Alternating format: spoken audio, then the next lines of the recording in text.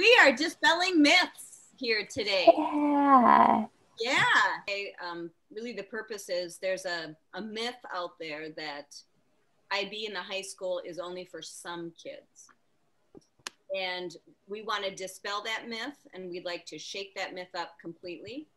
And so what we're trying to do is start working right here in our 8th graders to help them to see that these IB classes in the high school are super valuable. They are accessible for all kids, and that these classes are going to benefit them in so many ways, especially around critical thinking, a global lens, skills and processes that are going to be very applicable for their lives in the future. So we're finding that if we don't get that message out sooner rather than later, we get this myth stuck in our head. And right. No, our purpose is to dispel the myth that IB in the high school is just for some. Yeah. We believe it's great for all. Right. And we've got this mental mindset, like adults and kids, that it's just for some, and it's not. And we want to make sure that all the adults in our community know that we want everybody in these classes. They're not like elite in some way for certain population.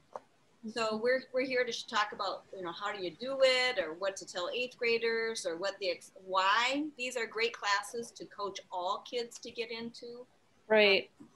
Any and all of that. And so but as an 8th grader, they're not signing up for junior and senior classes, but you just want the message to get into the 8th grade, just to say.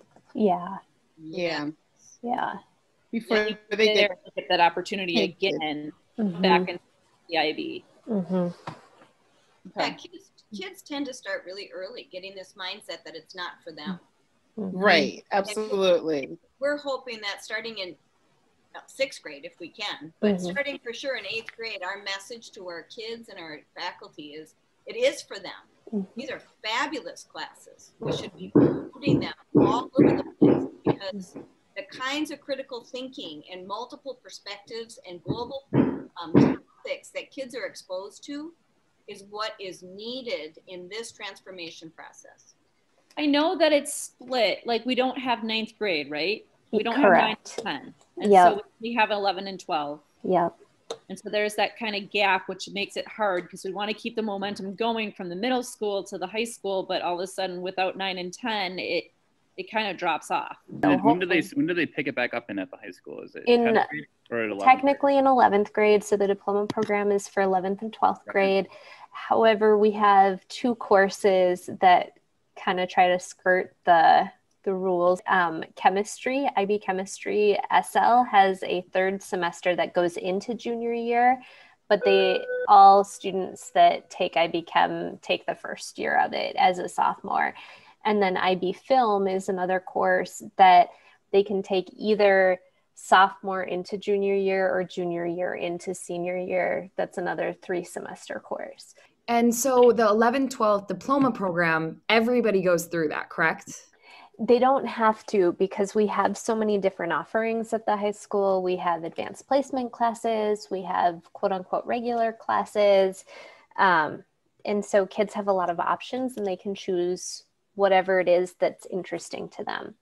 So is there AP classes in IB? Do they butt heads? Because depending on where you're going to go to college, I think that kids that are really, or students that are really college bound, maybe are thinking about that, or the different ways that they could go even before they start to pick classes. I was just thinking about, I don't like for college, to me, like, I don't think that there's an impact like negatively or anything, because I just think of Olivia Massey, who did the IB diploma, and she got a full ride to Wellesley, so her focus was more on IB. And so I guess I don't know enough about colleges. And the IB and AP, they're both, most colleges accept both, depending on how you score.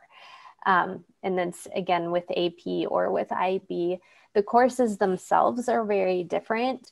The IB is trying to get their students to be global thinkers and critical thinkers. And so they're really looking for depth and connections between different topics. So there's a bunch of research out there that shows that colleges really like IB diploma candidates, so the ones that are going for the whole thing, and they know that they're getting a good investment when they get the students that are going for the full IB, because they're going to be persistent throughout college and get a degree at whatever college they end up going to. So that's a big pull, as opposed to students that are just taking some AP or some IB.